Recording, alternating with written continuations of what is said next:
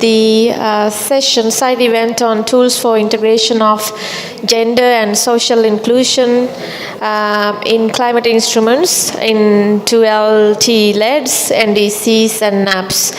My name is Achala Besingha. I'm the Director and Head of Programs for Asia at the Global Green Growth Institute, and we have the absolute pleasure of delivering this side event together with UN Women.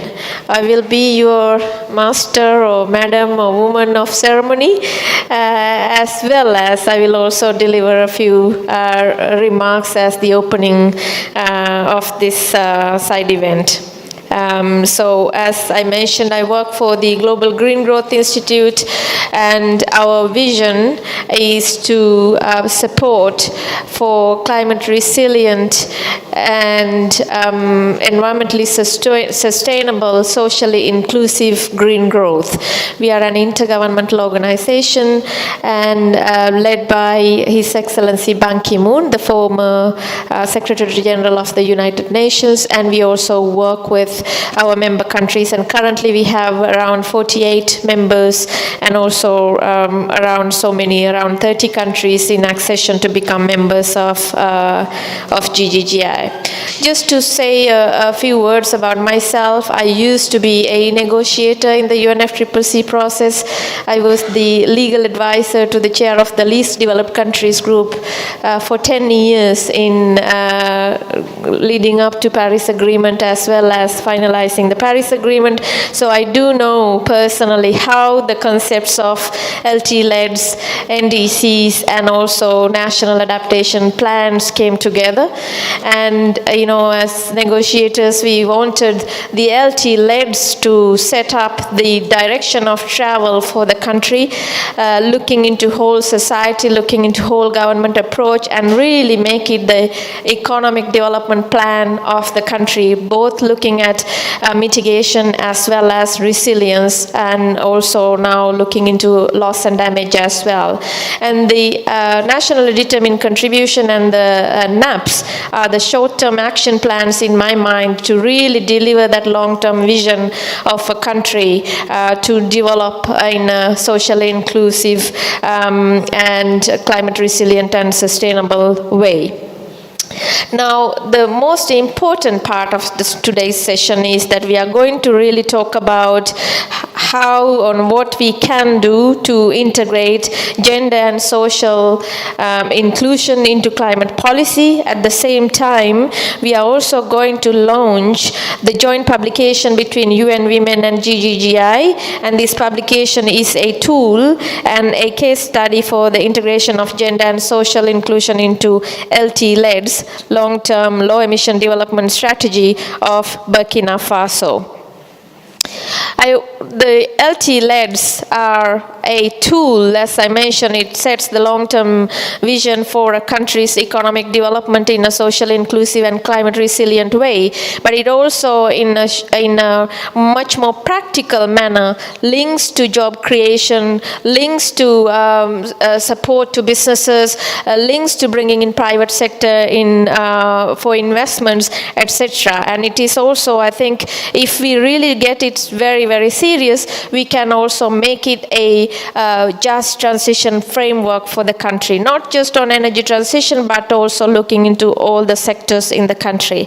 And in that exercise, one of the groups that is extremely important is women in our countries. And we know that women are extremely disproportionately impacted by climate impacts. This is the very well-known truth in so many of our countries. I just came back from Madhya Pradesh of India and then Madhya Pradesh of Nepal, really going into the community and seeing how the women are suffering from climate impacts, but at the same time, they are most of them are breadwinners of the family. They are the ones who really look after the future of their children, but they are actually not being recognized in terms of the income they bring in to the family, as well as their roles and capacities are not appreciated in most of the communities that we work in. And women are also often marginalized, as I mentioned, in the labor force in climate-related sectors, for example, in energy and transport. We now talk about energy transition, just energy transition, but actually if you go into our countries and look into informal sectors of these countries related to energy and all other related sectors, it's the women who are likely to work in those informal industries with lesser pay and benefits. And that imbalance in unpaid work falling on women, there is also an issue around lack of land ownership and also lack of access to financial services in our countries. So in this context, we work in many countries really focusing on that planning tools related to climate change and economic development, including long-term low-emission development strategies, nationally determined contributions, and national adaptation plans. And we work with the government of Burkina Faso as well as Ethiopia and a number of other countries to integrate gender and social inclusion into these planning documents. And in Burkina Faso, we partnered with UN Women. It was an amazing partnership and a great collaboration. And I'm also very grateful to government of France for financing this work, and most importantly, extremely grateful to the government of Burkina Faso for your leadership and guidance to our teams, both at GGGI and UN Women. Now, I am coming to the end of my initial wordings as the opening remarks, and now I am pleased to invite my colleague from UN Women, Mr. Lorenzo Rovelli, who will guide us today through the tools we developed for gender and inclusion in the LTLEDs, with particular focus on equal access to green jobs. Lorenzo, you have the floor. Thank you.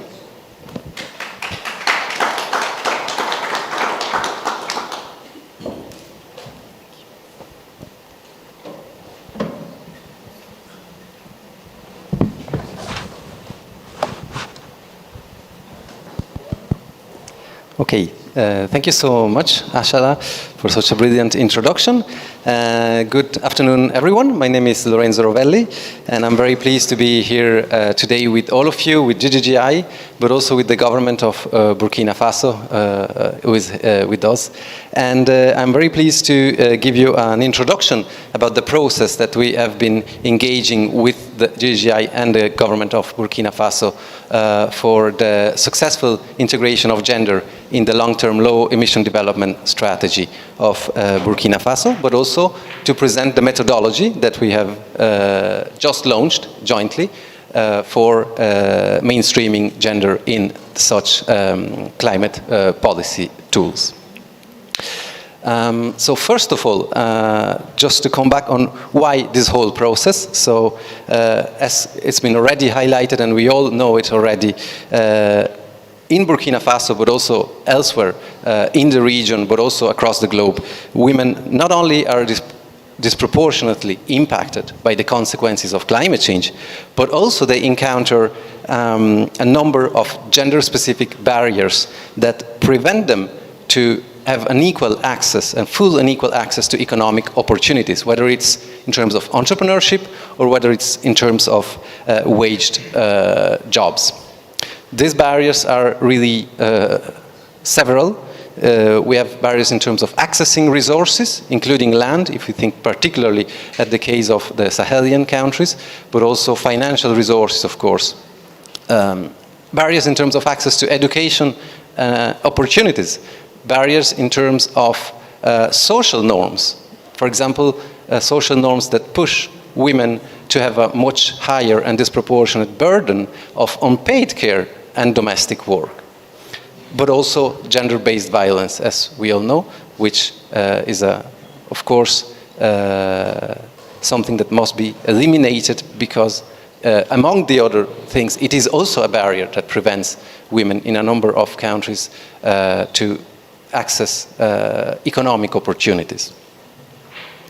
So really, we have this opportunity, countries have the opportunity with the LTLEDs to embark on a transition that not only is a transition toward a greener economy and a more sustainable economy, a transition toward a more prosperous economy, but also a more just and more inclusive transition that includes gender and includes women, youth, girls, boys, and all of the discriminated communities.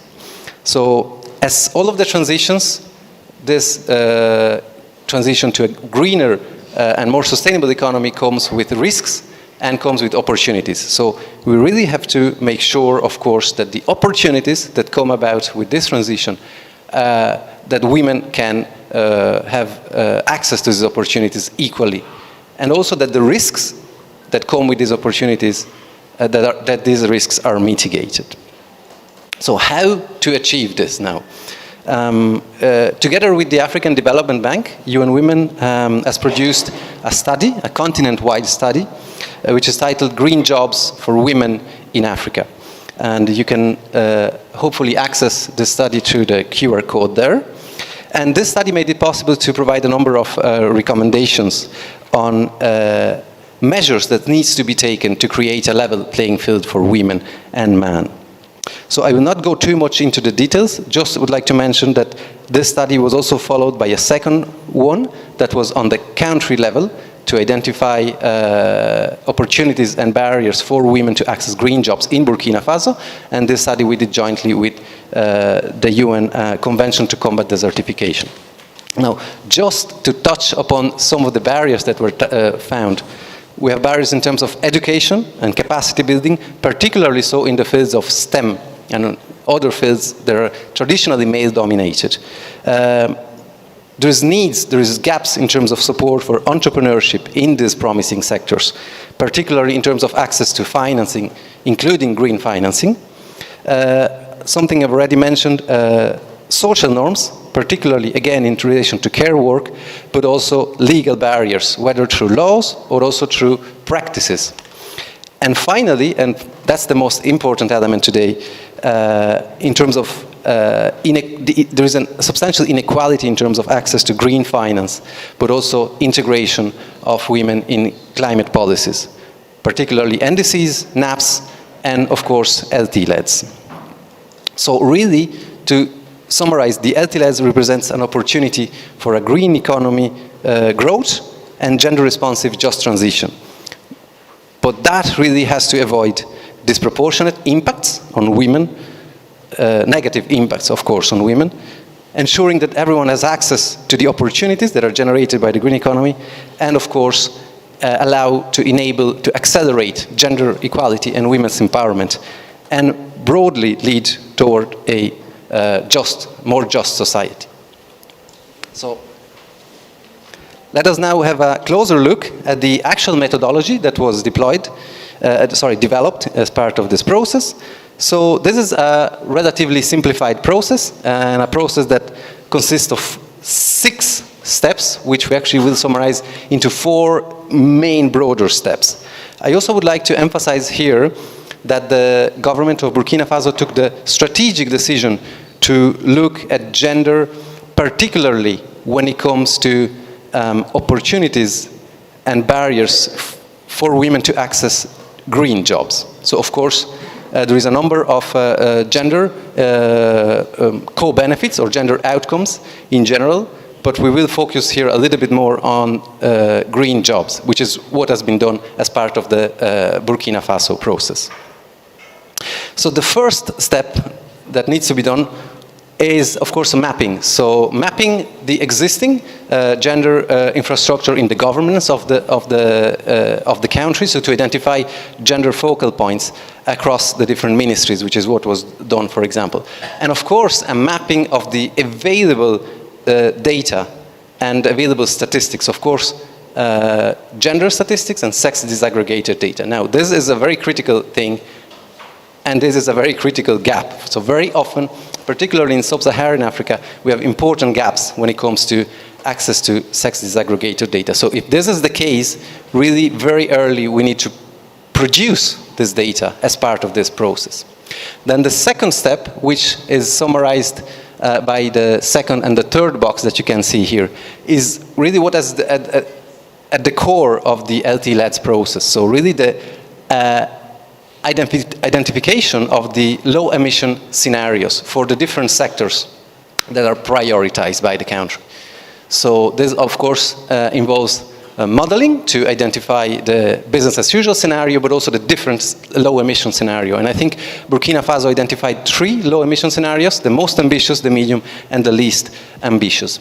And then the third box you can see there, for each scenario, of course, we need to see what's the employment impacts that come with these scenarios, with the business as usual and the low emission scenarios. And of course, what's the employment impact for women and for men?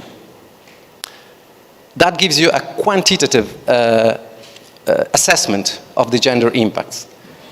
But now there was an important gap here in terms of data for the case of Burkina Faso. So that's why we put a lot of emphasis on the qualitative process as well, and that's the next 2 boxes there. So what we did essentially in terms of analysis of the gender impacts, the technical working group organized 2 workshops, and actually these 2 workshops are the same 2 workshops that we will combine in the mini workshop that we'll be doing in a few minutes. So the first one had the specific objective of identifying the overall gender co-benefits. So not just in terms of employment, but more broadly in terms of health, education, etc. Potential positive benefits, potential negative consequences, and of course, what mitigation measures can be put in place to mitigate these risks. And the second one, which is the 5th box that you can see there, focused on the analysis of the impacts on the employment for each of the key sectors that were identified as part of the strategy. And so there was an in-depth discussion on the challenges and the opportunities, like I said, for women to access green jobs. And so the last element, of course, is the document drafting, which has to come with this gender analysis section, but also has to come with specific gender-related recommendations. So particularly, I would like to cite 3 key recommendations that came about as part of this process in Burkina to establish. Number 1 is to establish a national program on green jobs for women and for youth, which of course also represent half of the population in Burkina, as much as many Sahelian countries. The second is the need to establish a solid monitoring and evaluation mechanism to make sure that the gender-specific impacts are met and they're measured. So also reinforce the overall governance in terms of sex disaggregated data, set up indicators and targets. And the last, the creation of a gender-sensitive climate budget to make sure that financial resources are available to implement these measures. So here again, this table illustrates a little bit more into the details, the process, so I will not go too much into that. Just to highlight, like I said earlier, that out of all of these different steps, the only one that could not really be implemented in Burkina Faso was the quantitative analysis in terms of calculating the distribution of new green jobs that would be created for women and men. Because like I said, this is a common issue, the lack of sex disaggregated data. So it was a very, very quick introduction to the guidance note. I didn't want to go too much into the details, and I tried to be not too long, because now I want to give you the floor. So we will do a little working section so that you can really try to test and also really test and assess these tools that were developed. So you can have here the QR code to download the joint guidance note that was recently developed and launched at this COP28 by GGGI and UN Women. In fact, you will have the QR code in your table, so don't worry if you don't get to scan it now. So yes, so it's the end of this quick introduction, and we can move to the workshop. Thank you very much.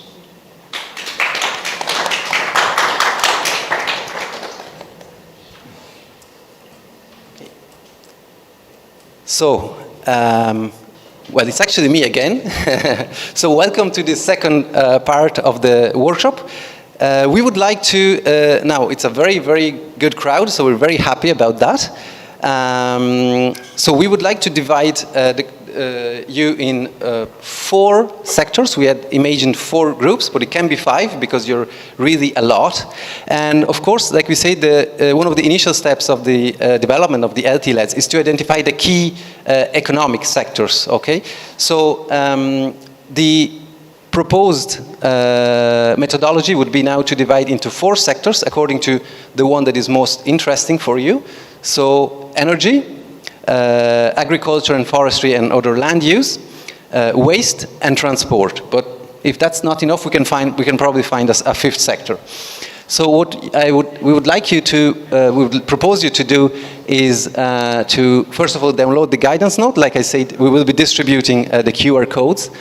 Choose one sector, so choose one group, basically, and then really to bring your experience and your expertise to discuss basically the 2 main steps that we have seen to integrate successfully gender in the LTLEDs. So the first one is to discuss what are the potential co-benefits. So again, in terms of negative and positive co-benefits and mitigation measures. And then the second will be really more focusing on challenges and opportunities for women's participation in the green job. So I'm not sure we really have 20 minutes in the end, so we really have to go a little fast.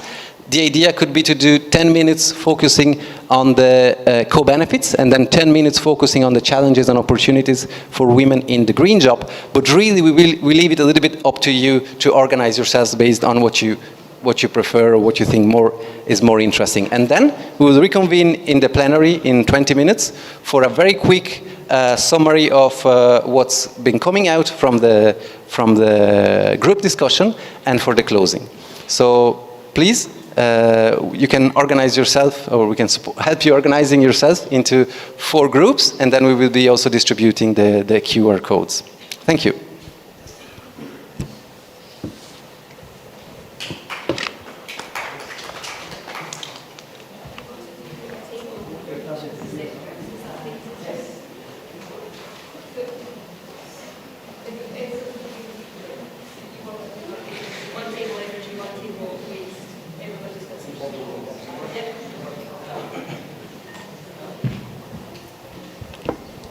Okay, so there is a few tables behind you. So we can start by having 3 tables, one for energy, one for agriculture and forestry, and one for waste. And then we don't really have a table, but for transport, you can try to organize yourself, and we can do a virtual table here by rearranging the chairs.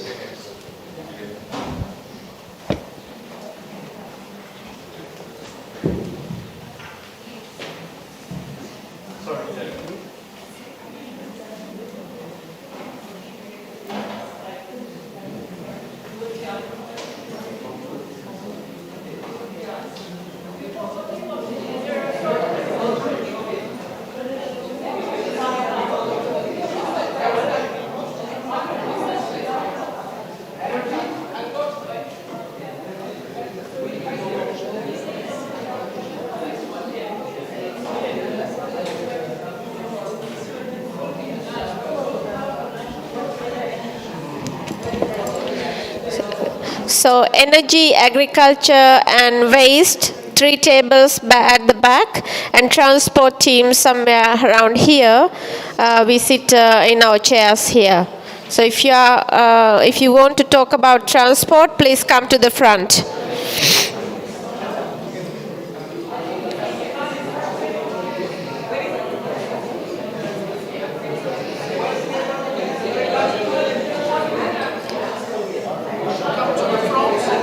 Transport.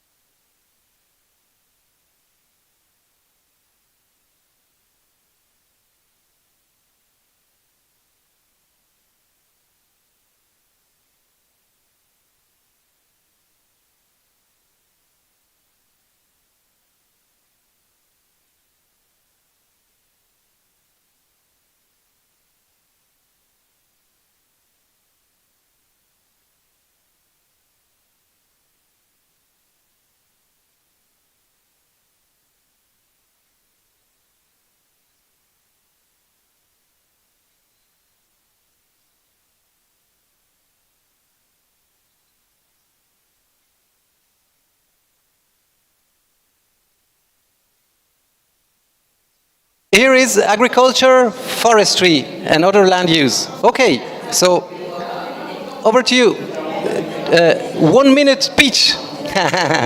What's the most interesting highlight from the discussion from the agriculture and forestry group? Yep. Okay, thank you for giving me the floor.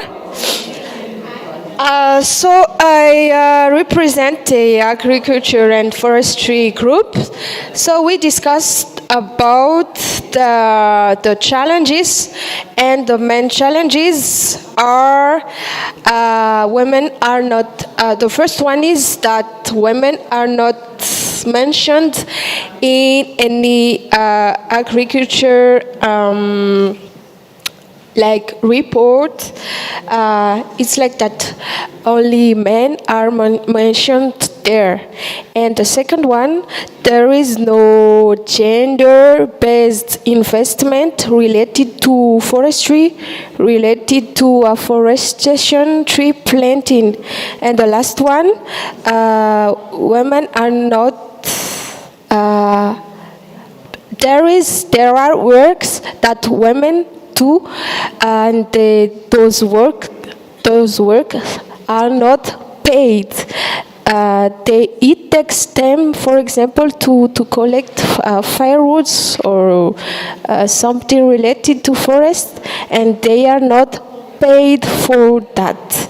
And for like solution, we need more investment in forestry related to gender base, and we need more capacity building and technology, access to technology for women. Thank you.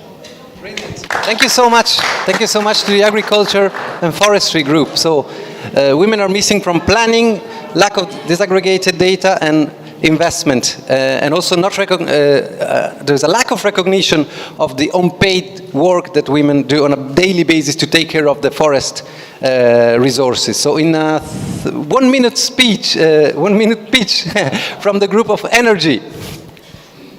Oh my God. Okay. Okay.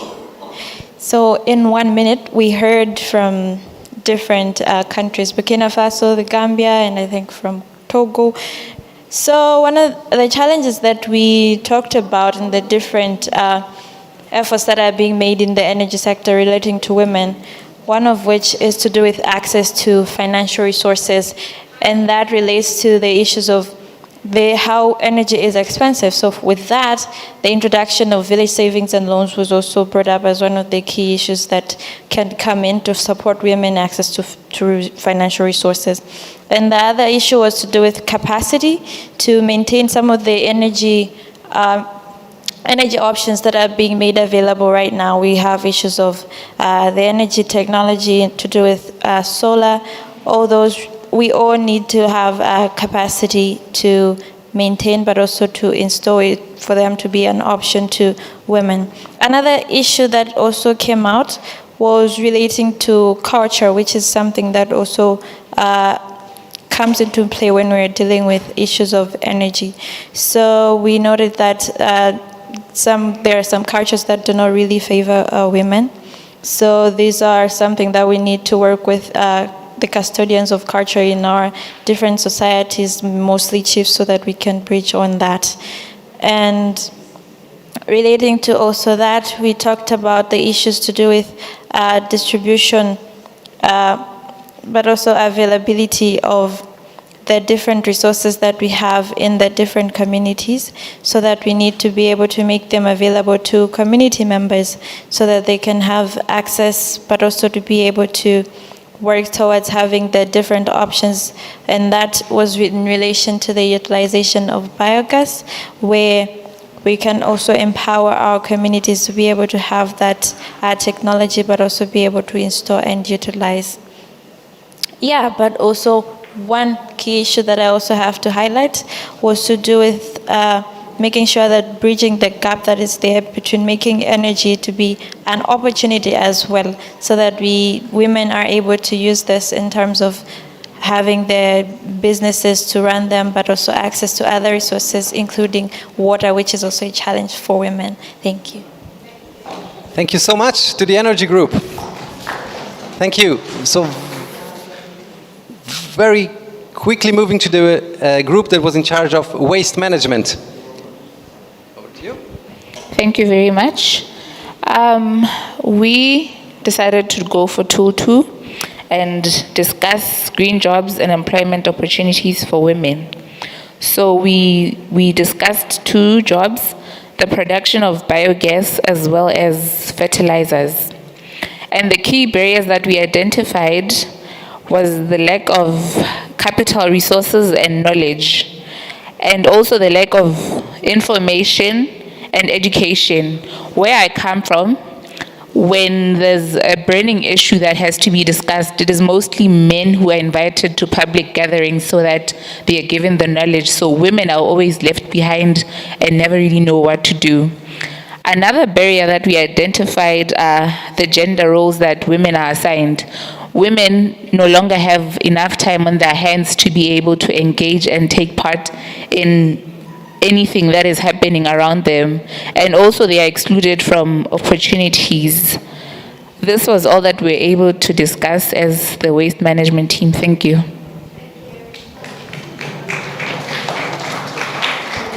Thank you so much.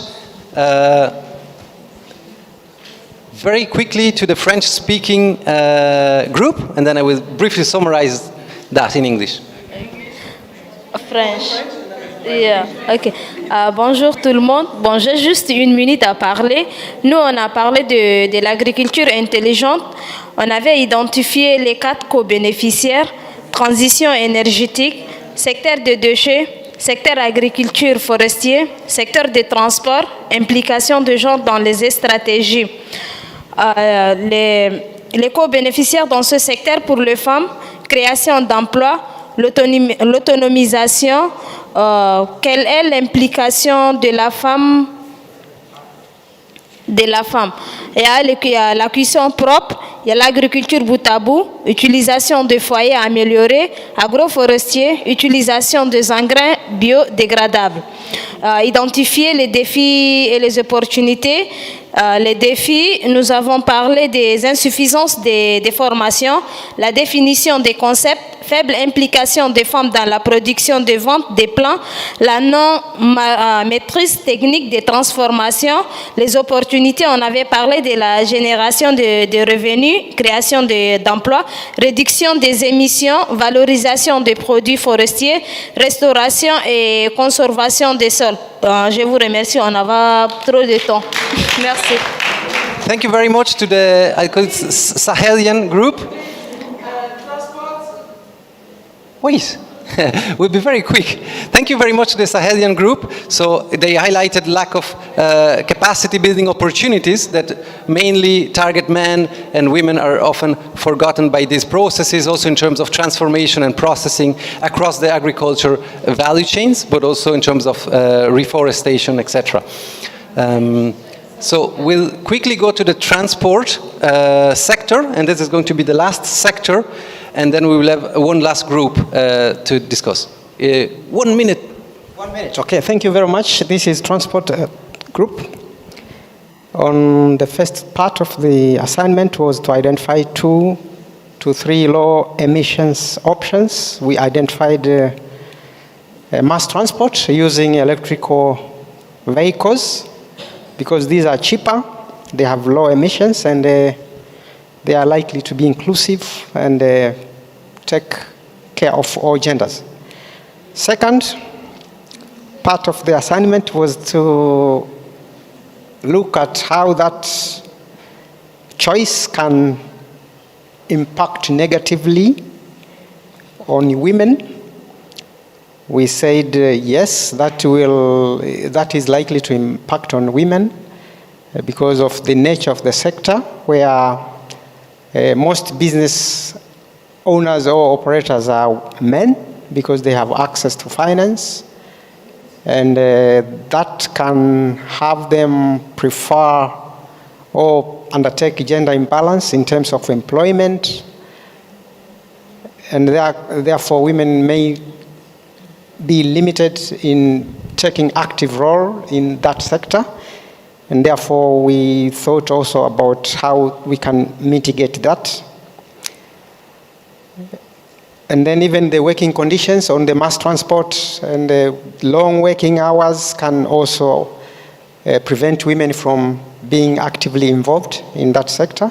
So we recommended some policy actions, for example, having a policy that requires the tendering processes to put one criteria which includes women, a company that has inclusive policies in terms of employing women and giving more opportunities to women can be preferred in terms of public mass transport tenders. Also building entrepreneurial capacity and access to finance for women so that they are able to start mass transport enterprises. And then community engagement on cultural transformation on gender to give more opportunity and inclusive actions to women and the youth. Thank you very much. Thank you. Big round of applause for a very small group, but with a lot of outputs. So that's all very well. We've been discussing a lot, I think, about gender and about integration of women in the marketplace, in the green jobs. But more broadly, we're here to discuss also about gender and inclusion. And so there really is, other target segments that come into this broad gender and social inclusion dimension that we shouldn't forget. So I'm very pleased to give the floor to two of Diana, who is here with us from the World Blind Union, and she would like to do some remarks. Yes. Thank you very much. It's such a pleasure being here and listening to someone really talking about the bias and the cultural barriers and the gender barriers that exist, and we need to do that much more. What I would like to also remind us, and just very quickly, is that within our own group as women, there's also some who are more marginalized than others. And my reminder and my pledge or plea to all of you is look at the inclusiveness of how we work with green jobs, how we work with these aspects to see are the initiatives actually accessible to all the women. So that was just my point. Thank you very much. Thank you very much. Thank you. Very important point. Please, round of applause, because I think it reminds us of something that we were about to forget. So thank you very much. So I think we've heard from all the groups, and there was a lot on the table. So I will not maybe go over and over again, because I think we've really heard a lot in terms of inclusion of women, but also of other communities and members of the population that are too often invisible and forgotten about. So thank you very much, and I'm pleased to give the floor to Ashala again for the final remarks and to wrap up this session. Thank you. Thank you, Lawrence. So thank you so much. I think this is a very, very large topic to cover within an hour, and I think we don't, within an hour we can't do justice to it. But I hope that you got to understand a little bit of this tool that we have developed, and you take this as homework to really become familiarized with the tool for your work in your countries in terms of integrating gender as well as all the marginalized groups in this whole transformation that we are talking about into a more inclusive, resilient and sustainable world. And I think part of that is really thinking about what readiness is needed. And I heard access to finance, access to technology, as well as we went into a number of really focused areas of discussion, like waste management, waste to energy, mass transport, green procurement, whole agricultural value chain, and I thought that was really nice discussion within such a short period of time. So thank you so much again. I think the readiness of these social groups, readiness of women as well as other marginalized groups in our society to really be meaningful partners and meaningful part of the green transformation is extremely, extremely important, and you are playing a key role in that process. So thank you again. We will prepare a very short summary note of this meeting, and it will be available for you to have a look at.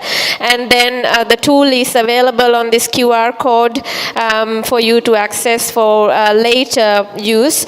And we will also go into the next round of NDC preparation, as well as many countries who haven't really worked on long-term low-emission development strategies supporting our countries. So I hope this tool is useful in that exercise as well. Thank you so much for coming today. Thank you to the Capacity Building Hub. Thank you to the government and people of Burkina Faso. Thank you to UN Women. And on behalf of GGGI, Global Green Growth Institute, I thank you for my team and from my team to all of you as well. Thank you very much. Have a good afternoon.